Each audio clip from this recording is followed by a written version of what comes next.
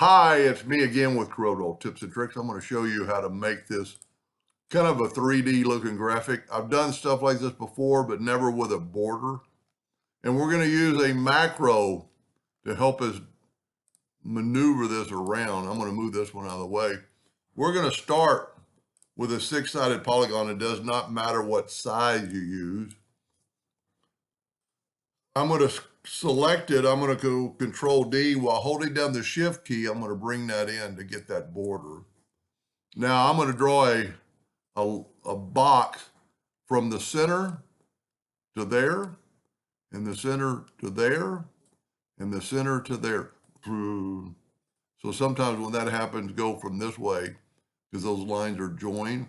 And that gives us a box that kind of looks like it's inside, because we take that box and if we flip it, then it looks like it's coming to the outside. So that's why I did it looking like the inside.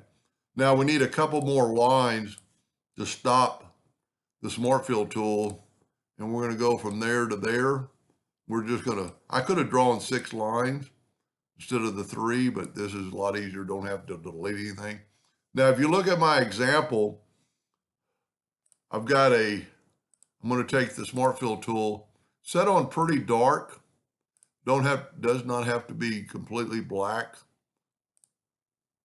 I'm going to go about that dark, and I'm going to do that wall and these 2 borders. Then I'm going to get a lighter gray, and I'm going to do this one and these 2 borders. And you could play around this, doesn't have to use my colors. And then we're going to get a light one still, and I'm going to go that one, and that one. Now, you could either have it with no lines, which I'm going to use. Now, I'm going to group this together, Control G, and I'm going to make it something easy math-wise, so I'm going to make it 4 inches. Now, I'm going to set my nudge factor on 4 inches. And I am going to Control D and move a duplicate over and over and over and over and over. Now, to get the next one, I'm going to go Control G to group it, but I'm going to use indexing lines. So I'm going to turn on my indexing lines, and I'm going to put one right there. Let me zoom in.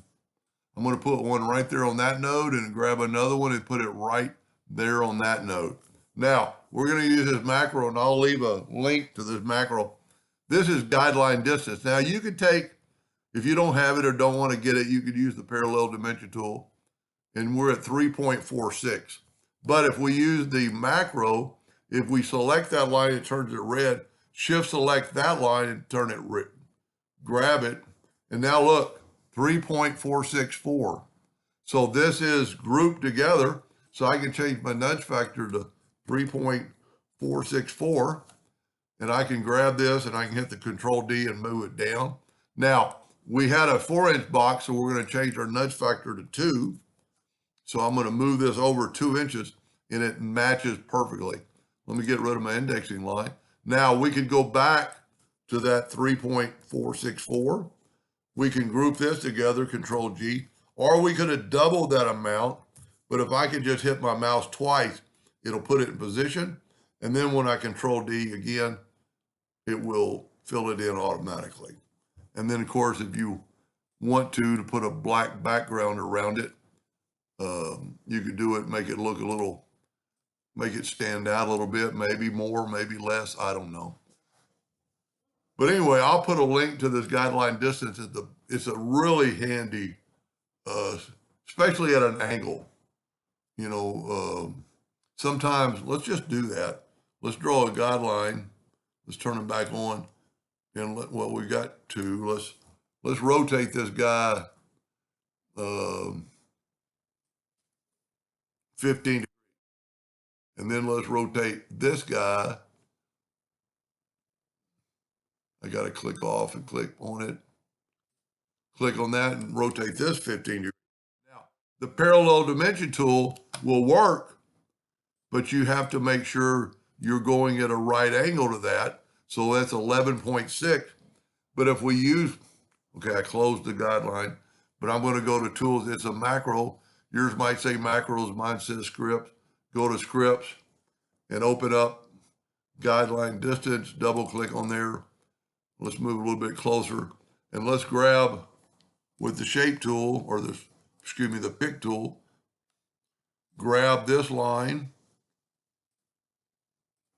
and then shift select that line. Well, I backed up, so it took away my guideline distance.